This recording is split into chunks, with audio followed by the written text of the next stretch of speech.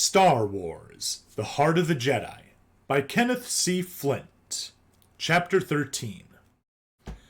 Above the sterile and pockmarked face of a small gray moon, a single Imperial Star Destroyer glided in its synchronous orbit. From a tiny supply base on the surface directly below, a squadron of 12 TIE fighters screamed upward, headed for the battleship. There was a score of fighters already hovered close to the big vessel, like gnats about a dozing Greelor, awaiting their turn to enter the underside landing bay. High Admiral Tharkus stood at the bow window of the ship's main bridge, hands clasped behind him, watching the swarming TIE fighters. Next to him stood the Imperial General named Cantos. Behind them, the bridge area was filled with activity as dozens of crewmen and officers readied the Star Destroyer to sail. One of those officers, a spare, stiff, and bird-like man of pinched features, checked the sensor data on a display screen, nodded, and strutted over to the two. High Admiral Tharkus, the man addressed in a cold, crisp way, the last of the fighters have left the surface. We'll have all squadrons aboard within the hour. Tharkus turned to him. Very good, Captain Vascor, he said with approval. How many will that be, then? A double complement, sir. 4 full squadrons, just as you ordered. Excellent. And has all the other additional equipment I requested been brought aboard as well? Yes, sir. We should be fully prepared to meet any environmental contingency. But it is a bit crowded aboard, sir, with all the extra machines and men. You are resourceful, Captain, Tharkus told him. I'm quite certain you will make do. Now, there's no question that we can reach our destination with the utmost speed. None, sir. This Victory II class vessel has been retrofitted with the best hyperspace capabilities in the fleet. We can jump as soon as we have the coordinates from this special agent of yours.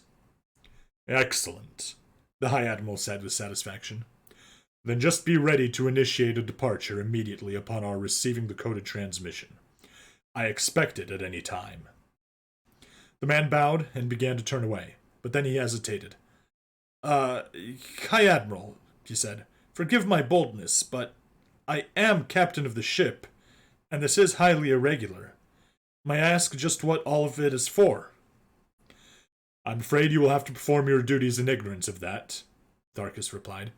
This endeavor is most secret. The more who know, the greater the danger. Do you understand, Captain? The man drew himself up rigidly. Of course, sir. I'll ask nothing further. He snapped a salute, turned, and marched away. A most disciplined officer, remarked Cantos, looking after him. A bit unimaginative, said Tharkus, but highly trained and completely loyal. The characteristics I have most need of now. He has a point about overcrowding, said the general. My stormtroopers are squeezed into tight quarters here. Why aren't you making use of your larger command ship, or your whole flotilla for that matter? For the same reason we're hiding on this obscure moon, loading our forces by stealth, Tharkus explained. I said no lie when I told our captain that this was dangerous. Too many elements are arrayed against us. Were we to be caught, we'd surely be condemned. None others but ourselves must know the whole truth of what we mean to do. And all these men we lead into jeopardy? They are like the captain, handpicked by me and obedient. They would die for me without question. Let us hope that they won't need to, Cantos said fervently. He considered then, adding musingly, But you realize, Tharkus, that this secrecy gives you another advantage as well. Tharkus frowned in puzzlement. What do you mean? Consider it. If we do find a source of the Force's power and can control it, why then, you alone might rule the galaxy? Tharkus finished in a voice filled with shock at the very idea. Cantos, you misjudge my personal ambitions in this. His voice took on a noble tone. I seek only to restore the strength of our empire and see the vile rebel conspiracy destroyed. But the Force, began Cantos. Tharkus cut him off. I despise the Jedi and everything they represent, he spat out venomously. It is a religion of dreamers, of misfits who scorn social order. Belief in its idealistic virtues brings on weakness and sloth. It is a drug that destroys the need to act, to use hands, will, and brute strength. He clasped one hand into a tight fist and shook it. To seize life tight and bend it to our needs. Better that it be wiped out altogether than we risk infection from the sickness by touching it ourselves. Kentos listened to the tirade, but remained unconvinced. Still, he persisted in a scheming way, if a man of your own strength and will could master this power, it might be different. You said yourself that the Emperor abused it, using it to his own ends. But if it were used for the good of the whole Empire, under the military's control, why... This voicing of his thoughts was interrupted by the approach of Lieutenant Voss, the High Admiral's aide. Protocol droid's transmission for the coordinates have been received, sir, he reported to Tharkus. We are ready to proceed. Good, Lieutenant. Pass the necessary information to the captain. Tell him we will cast off after the last fighter is aboard. Oh, and Voss, have you had any new word on young Skywalker? I had a report not long ago, but there's no change, sir. He's still making his way to the Mos Eisley spaceport.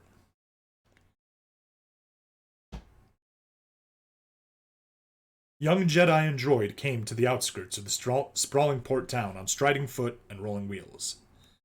As they reached the first buildings, Luke made certain that his hood was up about his face, and that the long cloak was adjusted around him to hide his weapons. Beside him, R2-D2 rolled along bumpily over the neglected, potholed road, chirping in low, sharp undertones, as if it were grumbling to itself. Quit complaining, R2, Luke said amiably. I know it was a long walk, but we couldn't bring the X-Wing here. I told you there was still some Imperial garrison troopers around. Look over there.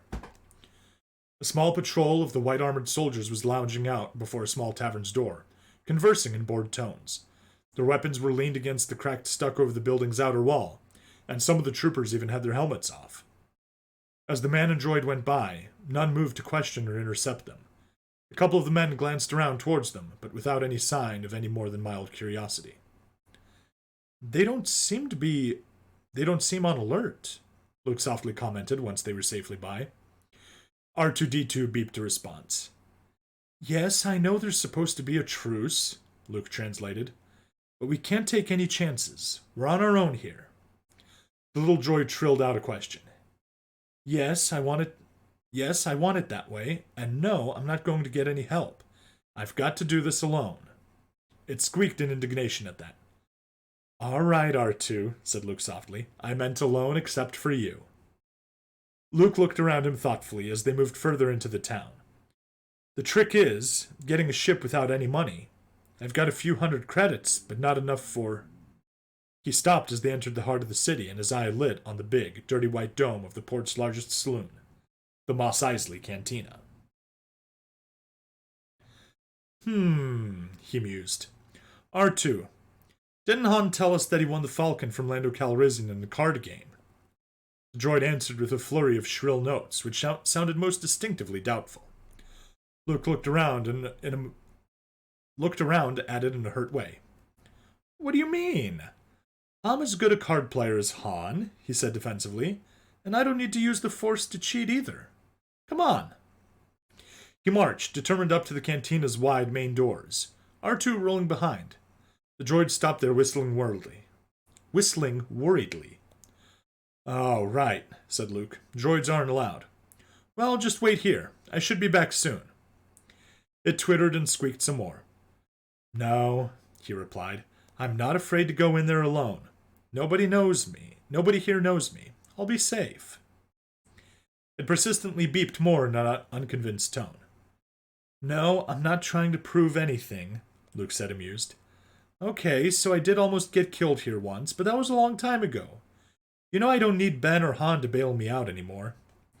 He patted it assuredly on the domed head, turned, put on a stern and most confident look, and strode in through the doors. Down a wide flight of stairs beyond, he entered an oval, half-lit den. Its stagnant air thick with the aroma of stale liquor and a blue-white smoke haze. Within the curved length of the bar at its center worked a fat, red-faced, surly-looking attendant, serving drinks to the patrons surrounding him. There were a few of those now. A few dozen beings of various types stood at the bar. A dozen more were almost scattered around the tables around it. They were making the best of entertaining themselves amid a much subdued atmosphere. There was no band, no music, no boisterous talk, or a sign of gaiety. Most sat morosely over glasses, or puffed drowsily on their stems of fuming hookah pipes. A few conversed in a dull and sullen manner. Luke stopped at the base of the stairs to look around. None of the patrons gave him more than a casual return glance. His scanning gaze passed across the room to focus on a far corner. Here, several beings sat about a larger hexagon-shaped table. Each of the table's 6 sides was fitted with small, hooded view screens of a computerized card-playing device. In the table's center stood the squat pagoda of the game's machinery. Luke made his way to the table. 4 of its 6 well-worn chairs were taken. A half-filled mug of a thick greenish fluid sat before a 5th. "Got an extra seat?" Luke inquired. A being whose gray, wet-skinned face was rimmed by a halo of writhing tentacles raised pop eyes to meet him. "You wish to play?" it asked in a low, liquid-sounding voice. "I'd like to sit in for a few hands, if you don't mind." The one to the right of the 2 empty seats, a heavy barrel-chested man sporting a bushy mustache and a dour disposition, gestured to the spot beside him, with a stubby hand, and rumbled. "All there's room for fresh blood." The one next to him, a cadaverous red-skinned Deveronian, giggled nervously at this, revealing the sharp-pointed teeth of a carnivore. Luke sat down, looking around at the others. Besides the 3, a 4th being eyed him somewhat timidly from the chair on the opposite side. This one was a frail, deer-like creature with little antler buds, nervously twitching nose, and big, dark, moist eyes. When the young Jedi made no immediate move, the mustached man grew impatient. "Well," he grumbled, "why don't you put your money in? Ain't you ever played before?" "Oh, sorry," Luke said. He looked over the gaming machine. It had clearly seen a great deal of wear. The hoods shielding the individual view screens were badly battered.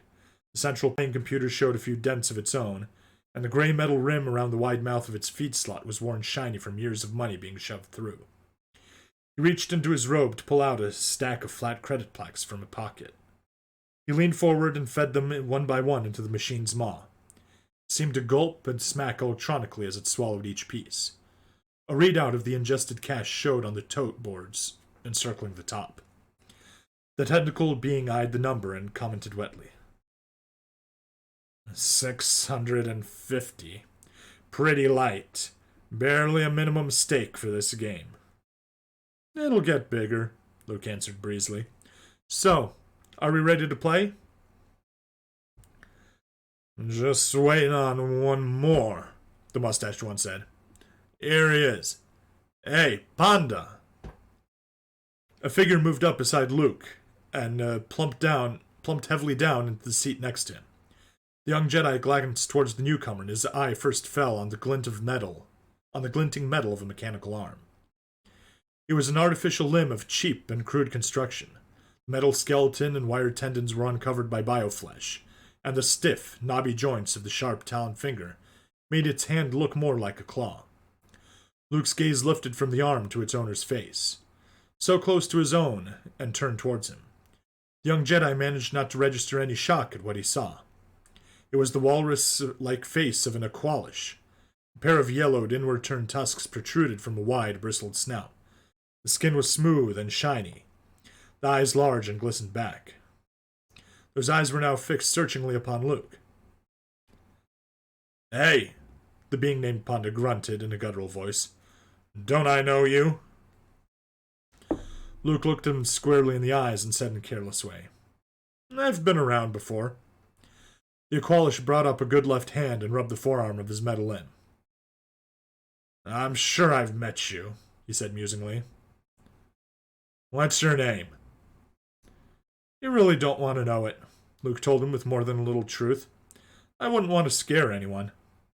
Scare? You? The man barked a laugh, then leaned closer. Listen, pup. My own partner's about a death sentence on 12 systems, and he's not so mean as me. Why, I'm not scared of... Ah, shut up, will ya? The mustached man told him. He looked to Luke. I'm sorry, stranger. He says that to everyone. Big man. Big bragging since he teamed up with that quack of Azen. But all's it spots trouble. He spoke across to Luke, to the one-armed being. Look, the kid's got money. That's all we care about. Maybe you can finally win enough to get a decent bioarm. So let's play. The Aqualish glanced around at the rest of the players, then sat back, curtly nodding his assent. All right then, the tentacled one said. Computer, deal. The machine clucked and burbled to life. It made a long fluttering sound as if real pasteboards were being shuffled inside. And then the first of the card symbols popped into view on the player's screen.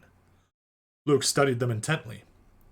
Neither he nor any of the others gave note to a small, baldish, nondescript man who ambled in and went up to the bar.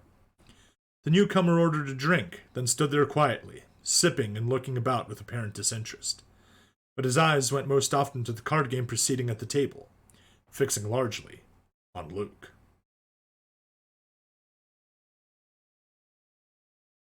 The gaming computer gave a derogatory-sounding bleat, and a red light flashed on Luke's view screen. Luke shook his head in chagrin as a row of card symbols faded. He looked up at the central tote board. The figure indicating the amount of credits grew considerably smaller. I only got 200 left, the mustached man commented. You're getting close to tapped out. It'll get better, Luke answered, but with somewhat less confidence than before. Not unless you learn to bluff better than that. Not unless you learn to bluff better than that, the tentacled one said. Your human faces are all alike. So open, they can't hide anything. We'll see, said Luke. Deal again. The computer complied. Luke watched as the symbols for the dealt cards flashed up on his screen. 1, 2, 3 card symbols, all unlike. A fourth, a fifth, and suddenly he had 2 pairs. I'll bet 50. No, I'll bet 50, the metal-armed Aquilish said. The bet went around once, and all of them stayed in. With some confidence, Panda upped 50 more. Luke saw him, as did the mustached one and the cadaverous Deveronian. The fawn-like creature shook its head nervously and dropped out. The bet came to tentacles. I'll see that 50, he announced, and I'll raise 100 more. The Aqualish accepted, passing the bet to Luke. The young man considered his hand again, then nodded. All right. I'll see that too. Both the mustached man and the Deveronian found it too rich and pulled out. Only 3 were left. Looks like it's up to me, Tentacles said. He fixed his pop eyes right on Luke and said with a certain cruel glee. I'll raise 500 more. I'm finished, the metal-armed Panda declared gruffly, sitting back. Luke met the slimy creature's gaze. You know I haven't got anything left. Yes, too bad, the other oozed in a tone of phony sympathy, while its tentacles jiggled in delight. You are through either way. Not enough to see me and stay in the hand. Nothing left to play on with if you fold. You wish to quit now? No, Luke said with force. He considered, then boldly made the comment. Look, I've got something else. A good droid. An R2 unit. It's in prime condition. I could put up that. The tentacle one sniffed. An astromech droid. I wouldn't give more than 1,000 for such a thing, no matter how prime. Done, Luke accepted quickly. Then I'll put up my droid against you. 500 to see you, and another 500 on top of that. There were some gasps of surprise around the table. Bet 1,000, the mustached one said. Unless there's some cards, boy. No, said the tentacled one with certainty. He leaned forward and stared intently at Luke's face. He's bluffing. He must be. Straight-faced, Luke stared right back into the bulging eyes. In a calm voice filled with confidence, he said slowly, It's up to you to find out now, isn't it? All you have to do is call. The creature tried to meet his eyes defiantly for a long moment, but a glint of uncertainty dawned in the popping orbs. It grew brighter as Luke's return stare didn't waver. Finally, the being's gaze faltered, dropping down. "No," Tentacles said in a beaten tone. "I don't think I will." He folded. Luke gave a small, inaudible sigh of relief. He relaxed. "Well," he said amiably, "I thank you all very much, but I think that I'd better quit while I'm at least a little ahead." "You're gonna leave after winning a pot like that?" a dismayed Panda asked. It hardly seems fair," the cadaverous one said in a sepulchral voice. Now that's a word I've never heard before. Sepulchral. The faunish one said nothing, looking only the more timorous. "I'm sorry," Luke told him. "I've already taken chances enough. I need to put these winnings to good use. Computer, cash me in." Wouldn't it be cash me out? Whatever. A dispenser at the bottom of the central machine began disgorging his credits into a tray. He scooped out the plaques, stacked them, and began shoving them into the pockets under his cloak. "I have to know," the defeated Tentacles said as Luke worked. "What was in your hand?" "2 pairs. "Damn," the being said with chagrin, tentacles drooping. "I had 3 of a kind. I am a fool. Humans can bluff after all." "Don't feel too bad," Luke told him consolingly. "I really just got lucky." He pulled the last credits together, shoving the packet into a bulging tunic pocket. As he did so, the robe fell aside. The metal-armed being beside him caught a glimpse of the lightsaber dangling on his belt. A light dawned in the liquid black eyes. With the last of the money put away, Luke said, "I thank you, gentlemen," and pushed his chair back to rise. But the metal claw suddenly clamped down over his left arm, pinning it as a sharp talon drove deep into the tabletop. Luke looked up to see the face of the Aqualish, who had risen to stand crouched over him. His good hand rested on the butt of the blaster holstered on his left hip. "I know you," Ponda snarled. "You're going to die."